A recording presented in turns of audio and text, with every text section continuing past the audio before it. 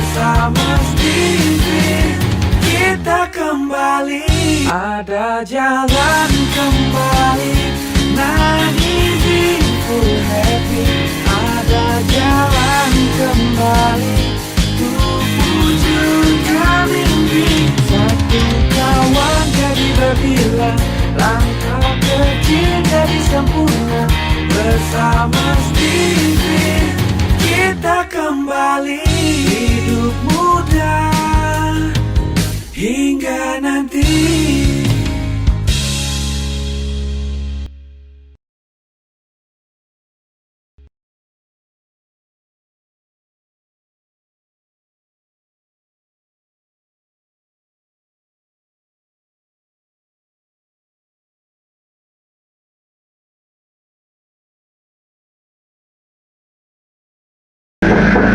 Assalamualaikum. Waalaikumsalam. Ya, masuk. Halo Pak Emar. Mbak Ade. Terima kasih Pak Ini Emar. tempat ngopi saya nih. Alhamdulillah, luar biasa. Enaknya kantornya ada tempat ngopinya sendiri. Ya, alhamdulillah. Alhamdulillah nyampe di sini. Ini berasa di rumah kantornya. Ini emang di setting begini biar kayak di rumah biar betah. Biar betah ya. Iya. Mau nggak ambilin kopi? Boleh, tapi nggak apa-apa. Nanti aja, saya barusan dari tetangga. Oh. Tadi makannya agak berat, agak banyak, bukan berat sih, banyak. Jadi ketahuan deh kartunya kalau makannya banyak. Nah, jadi gini Pak MR, kali ini silaturahmi saya mewakili dari Steven. Nah, Pak MR sendiri sebenarnya kalau dibilang pengusaha atau investor nih Pak? Dua-dua aja sih sebenarnya, pengusaha juga, investor juga gitu. Karena kalau udah punya background pengusaha, jadi investor lebih enak. Oke. Ya, Pak MR, rasa saya teman-teman kenal ya dengan Pak MR. Siapa sih yang nggak tahu dengan komunitas TDA atau tangan di atas gitu ya. Dan Pak MR adalah salah satu presiden TDA 4.0, bener ya? Iya. Oke. Nah, pastinya ketika seorang diputuskan untuk menjadi presiden TDA, pasti memiliki latar belakang adalah sebagai pembisnis. Bener ya? Bisa ceritain nggak sih bisnisnya Pak Emar tuh apa aja gitu? Yang beneran lebih lengkap gitu kan? Ya, ada beberapa sih yang fokus utama perdagangan di bidang chemical, kemudian material ya, material polimer, plastik ya. Kita ada beberapa perusahaan di situ, kemudian ada juga manufaktur.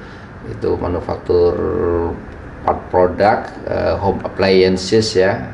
Itu ada di Kudus, ada juga manufaktur dunia kayu di Sukabumi ya.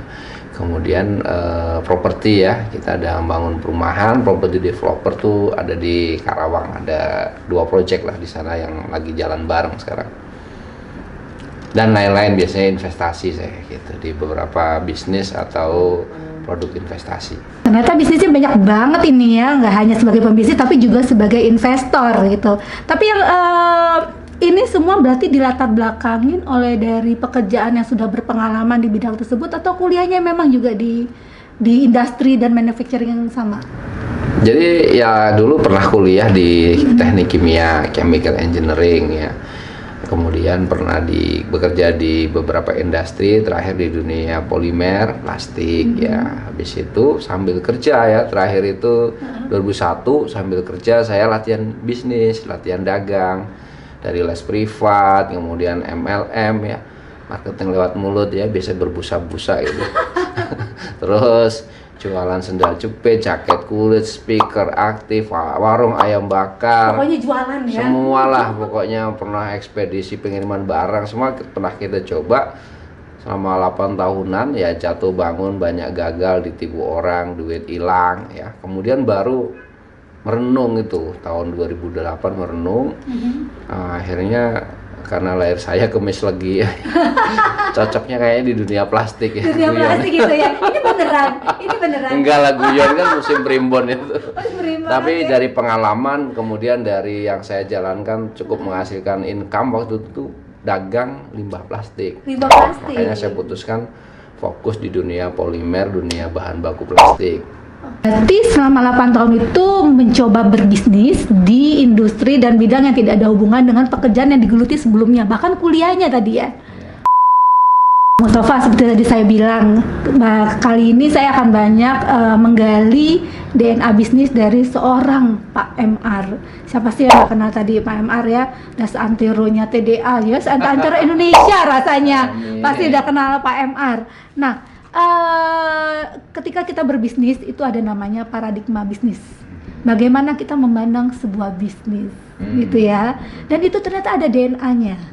Nah, kali ini Sobat Miliarder, karena Pak MR ini sudah kami testifin gitu ya, dan hasilnya adalah memiliki mesin kecerdasan feeling ya, dan memiliki personality genetik feeling introvert. Artinya Pak MR ini memiliki sistem operasi otak yang dominan bekerja di limbik kanan. Sini ya, Sobat Miliarder, sebelah sini. Limbik kanan. Oke, yang artinya beliau memiliki kehebatan ya, potensi dalam hal leadership atau kepemimpinan ya, karismatik. Potensinya ya ada banyak sekali sebenarnya. Saya akan menyebutkan 3 hal yang utama gitu ya. Tadi leadership, karismatik, dan hubungan emosional. Oke, saya akan coba menggali DNA bisnis dari Pak MR. Kita akan memberikan beberapa pertanyaan. Setuju ya Pak MR ya? Ya, biar kita bikin beda kali ini Sobat Miliarder, kita kerjain pembisnis kita satu ini. Nah, dalam paradigma bisnis, bagaimana memandang sebuah bisnis ya? Orang feeling ini yang bagi siapapun memiliki mesin kecerdasan feeling itu akan memiliki paradigma bisnis pilihannya. Kira-kira DNA-nya Pak MR, paradigma bisnisnya adalah olahraga atau kepercayaan? Oke, kalau saya ya lebih ke trust lah ya, kepercayaan. Biasanya orangnya dulu yang saya lihat, sama ya prospek secara keseluruhan di bidang itu dari awal, oh ini percaya bisa gitu ya. Baru agak didetailkan dari situ. Biasanya gitu. Miliarder, jawabannya benar. Jawabannya ternyata Pak MR ini merasa memang trust atau kepercayaan adalah menjadi paradigma bisnis bagi mesin kecerdasan feeling. Oke, tapi kan begini Pak MR, pada kenyataannya ketika bisnis memang benar dibangun atas dasar trust atau kepercayaan. Ya. Nah, untuk mengatasi karena begini, banyak akhirnya orang membangun atas dasar trust, ya trust saja gitu ya, akhirnya cenderung agak mudah dibohongi. Ya. Nah, ini gimana Pak MR untuk bisa mengatasi ini? Ya betul ya, kalau dari pengalaman memang awalnya gitu ya, orangnya saya percaya, proposalnya nggak terlalu detail saya baca, bahkan kadang-kadang garis besarnya aja oke, jalan. Tapi pada kenyataannya memang banyak yang gagal, dalam tanda kutip juga kurang amanah orangnya. Ya akhirnya saya belajar dari situ, dari pengalaman kita buat sistem yang misalnya kerjasama dengan orang atau partnership itu dengan sistem yang lebih ketat. Nah, jadi kalau dulu banyak menyerahkan 100% nih urusan ke orang, misalnya kita percaya, ya berikutnya mau nggak mau kita sekalian bikin company yang jelas, kemudian kita masuk ke dalam, involve dari sisi manajemen, bahkan tim keuangan kita pun ikut menghandle. Nah, biasa itu yang kita lakukan. Nah, sekarang itu yang jauh lebih berhasil lah dibandingin biasanya orang datang, saya hanya nyerahin modal, orang jalankan sendiri tanpa kita bantu dikontrol. Nah, itu biasanya yang banyak gagal dan tidak amanah tadi. Gitu. Jadinya tadi cara untuk mengatasi agar trust atau kepercayaan ini berlanjut dalam hubungan yang lebih baik, maka caranya melibatkan tim, terutama tadi saya ngambil kata kunci ya, dikontrol terutama di keuangan ya. Oke, sehingga bisa dipastikan kerjasamanya itu berjalan dengan baik atau lebih amanahnya terpenuhi ya. Oke. Nah, selanjutnya pada saat pertama kali bisnis dibangun atau istilahnya sering kita sebutkan namanya pada saat start bisnis gitu ya, ada 2 hal sebenarnya yang kita harus perhatikan, yaitu strategi dan eksekusinya. Nah, di konsep Steven sendiri ada hal yang harus kita perhatikan. Kita harus membangun, yaitu adalah habitat bisnis, karakter bisnis, serta industri bisnis. Nah, pada dasarnya, industri bisnis untuk personality genetic feeling introvert adalah public speaker. Nah, ini kan potensi ya. Pak MR. Bagaimana nih Pak MR apa ya? Karena industri bisnisnya sebenarnya bagusnya adalah dunia public speaking gitu ya, public speaker ya. Nah, saya rasa sebagai seorang feeling introvert dan saya melihat perjalanan Pak MR di komunitas itu kan cenderung dari satu tempat ke tempat yang lain itu adalah sebagai pembicara. Bisa ceritain nggak nih bagaimana menggali potensinya nih di komunitas akhirnya? Oke, kalau saya sebenarnya di company sendiri cenderung untuk memilih posisi di komunikasi ya, atau sales marketing. Nah itu sales lah ya terutama. Jadi fungsi itu tetap saya pakai misalnya untuk meng-approach ke customer, kemudian ke supplier, bahkan bagaimana mempengaruhi, memotivasi karyawan sendiri. Nah disitulah fungsi kita di bidang komunikator tadi kita pakai dengan semaksimal mungkin ya, karena yang namanya membujuk dalam tanda kutip ya, supaya orang terpengaruh untuk percaya perusahaan kita, produk kita, atau ke customer supaya tadi trust dengan kita, itu yang memang saya maksimalkan dari potensi saya gitu. Jadi saya lama lah di dunia sales itu kan, dari MLM tadi ya, itu 2001 itu. Jadi memang dunia sales yang saya kembangkan lebih maksimal. Saya juga belajar, saya juga baca buku, saya juga praktek dari workshop atau seminar. Nah itu yang saya pakai terus.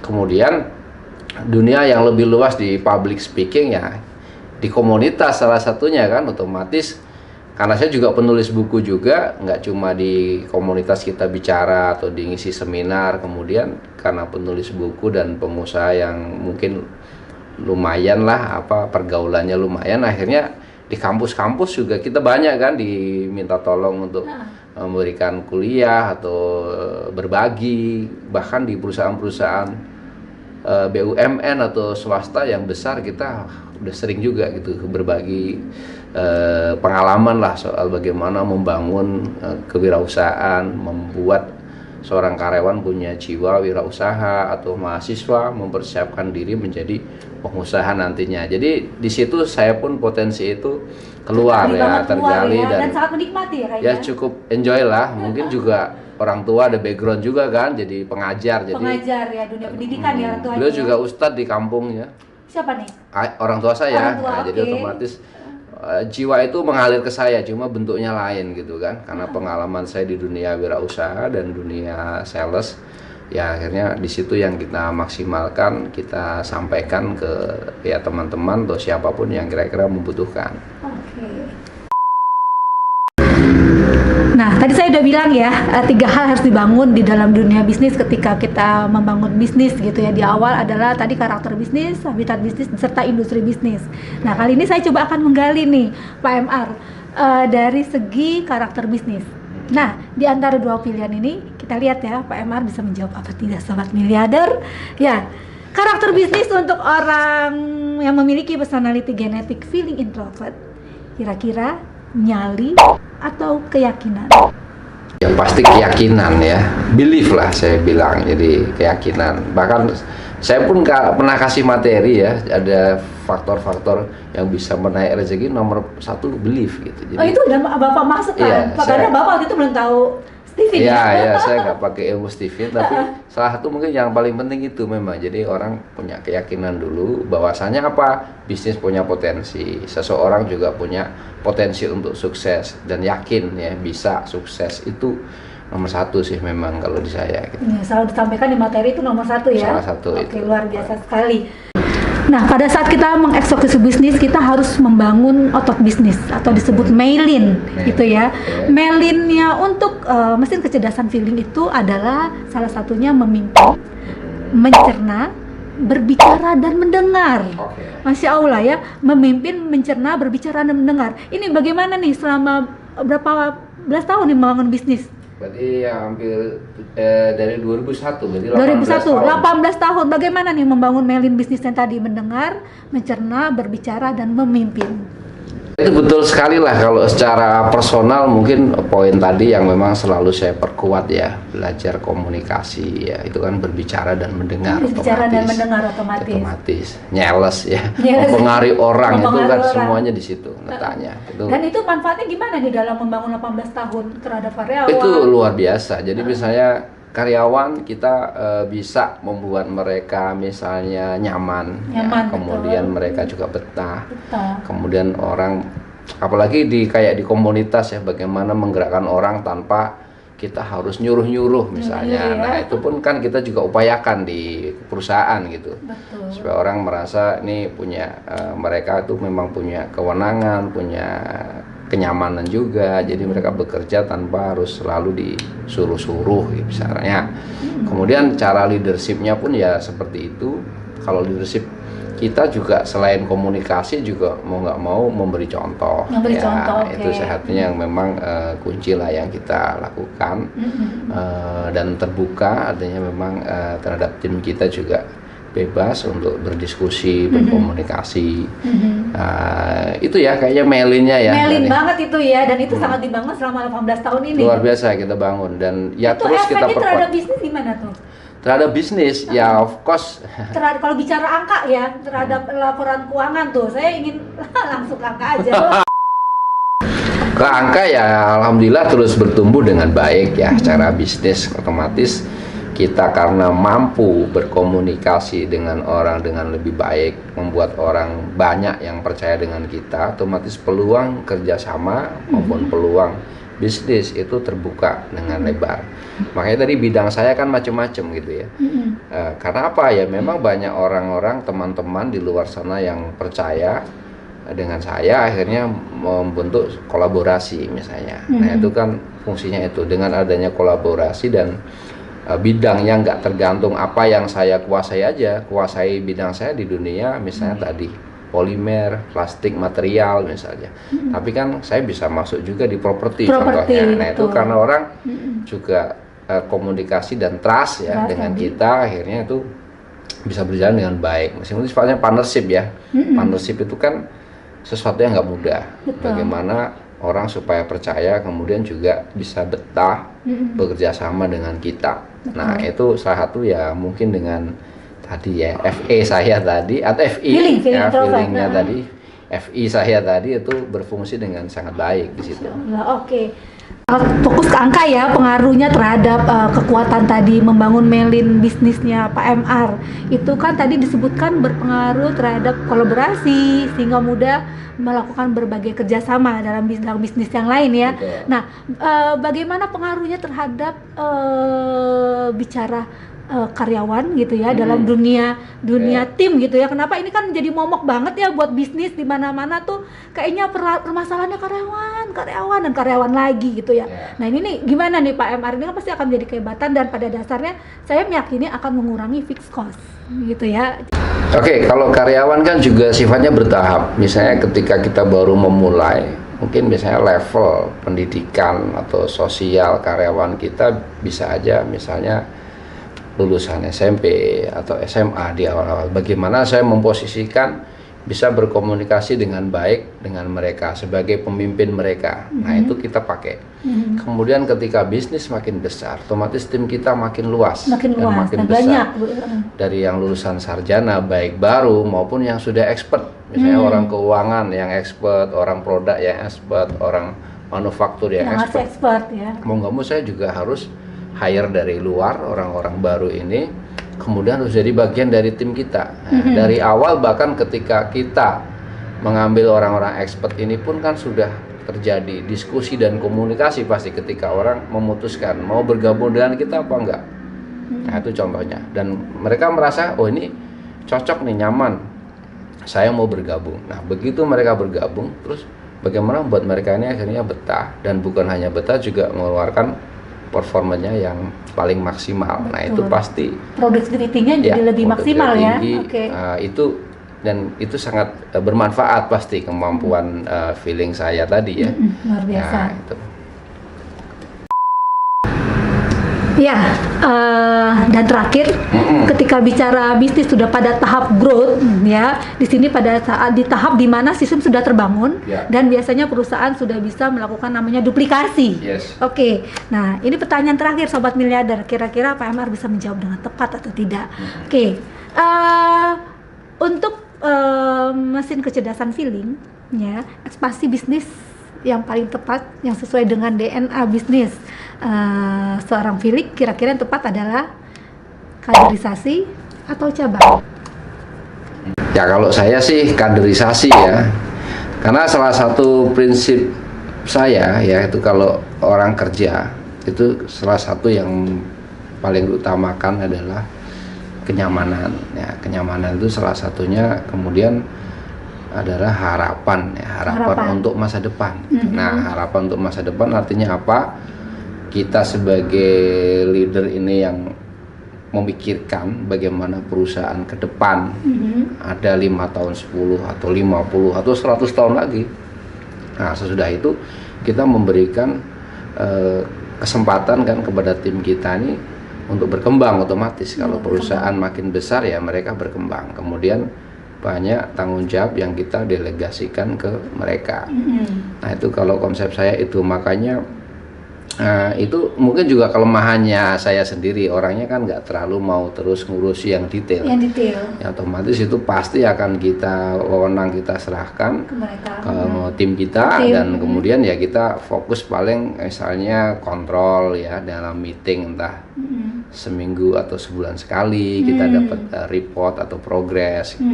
Paling di situ. Nah, otomatis ya tim kita ini punya kesempatan untuk terus berkembang, karena delegasi wewenang kan makin lama pasti makin besar. Makin besar ketika bisnis berkembang. Nah, karena kita yang mikir supaya nanti berkembang terus gimana, ya mereka kan yang akan dia tanggung jawab itu mereka kan yang pegang pasti kan. Nah, selama itu makin besar, otomatis ketika satu orang makin besar ya harus rekrut lagi generasi muda di bawahnya. Nah, supaya yang orang makin besar tadi juga tim kita bisa delegasikan lagi ke juniornya. Nah, itu makin lama bahkan saya ajarin ini cara kalian kalau mau pensiun nyaman makin berumur ya harus punya junior-junior yang pinter yang kalian ajarin. Nah, otomatis itu continuous berlangsung kaderisasi itu.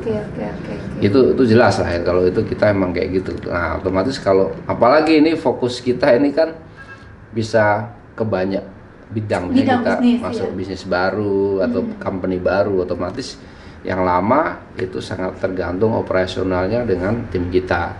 Otomatis ya. Let's say waktu kita misalnya ada pabrik, apalagi kayak di luar kota nih, di Kudus misalnya. Itu bisnis ya, bukan itu bisnis dan manufaktur juga ya. Ya saya di situ masih penanggung jawab tertinggi gitu ya, meskipun nanti operationnya otomatis saya delegasikan. Ya, otomatis yang seperti itu berapa kali atau berapa bulan sekali saya bisa datang kan jarang pasti, cukup jarang gitu. Event pabriknya di misalnya di Tangerang yang sebelumnya, nah itu pun juga cukup jarang lah saya ke sana ya. Seminggu sekali kadang juga bisa lebih, sebulan sekali bahkan baru datang ya. Apalagi pas ngurusi komunitas itu boleh dibilang cukup jarang kita menengok di usaha-usaha kita gitu kan. Soalnya keliling terus kan. Iya. Nah, itu contoh. Ternyata jawaban Pak Emar bener banget, dan dari awal sampai terakhir itu DNA-nya udah seorang feeling banget Sobat Miliarder. Dan terakhir, karena Pak MR sudah ditunggu tamu berikutnya gitu ya, jadi oprek-oprek kita kali ini hanya di sini dulu, mungkin bisa kita lanjutkan ke berikutnya. Nah, Pak MR ada quote gitu ya, atau apapun yang ingin disampaikan kepada Sobat Miliarder. Kenapa? Karena ini pasti banyak ingin jadi miliarder seperti Pak MR gitu ya, walaupun Pak MR sekali lagi saya bilang dia udah bukan miliarder, triliuner rasanya. ya Mbak De ya, terima kasih ya sudah datang ke sini, dan kepada Sobat Miliarder ya, Sobat Miliarder yang pasti pengen bukan hanya jadi miliarder tapi multimiliarder atau mungkin triliuner tadi. Amin. Ya, setiap kita pasti punya kesempatan yang sama sebenarnya, tinggal bagaimana keseriusan kita pasti untuk menuju ke sana. Jadi temukan dan cari juga ya, berarti kekuatan kita ada di mana ya, itu pasti. Kemudian kita maksimalkan. Terima kasih ya Mbak De udah datang ke sini, dan kepada Sobat Miliarder semua yang pengen jadi miliarder, multimiliarder atau mungkin triliuner. Amin. Semua orang punya potensi, tapi kalau bisa sedini mungkin lah mengetahui sebenarnya kekuatan kita itu di mana. Dulu saya cukup senang dengan dunia sales terus terang, dan itu yang saya terus perkuat. Iya. Kemudian kalau dia bisa dikombinasikan dengan produk atau produk sesuatu, produk bisnis atau bidang yang kemudian kita kuasai, atau dengan kerjasama dengan pihak lain, itu pasti akan menjadi sesuatu bisnis atau peluang yang punya potensi sangat besar untuk sukses. Jadi perkuat terus kekuatan kalian dan kombinasikan atau kerjasama atau lengkapi dengan partner yang lain yang punya kekuatan yang berbeda. Insya Allah bisa jadi sesuatu yang bernilai dan berhasil. Saya kira itu ya Sobat Miliarder. Terima kasih Pak MR, pesannya itu luar biasa sampai saya nggak perlu close karena sudah di close sama Pak MR. Oke, ketemu lagi dengan saya Des Regar dengan narasumber lainnya. Assalamualaikum warahmatullahi wabarakatuh. Hingga nanti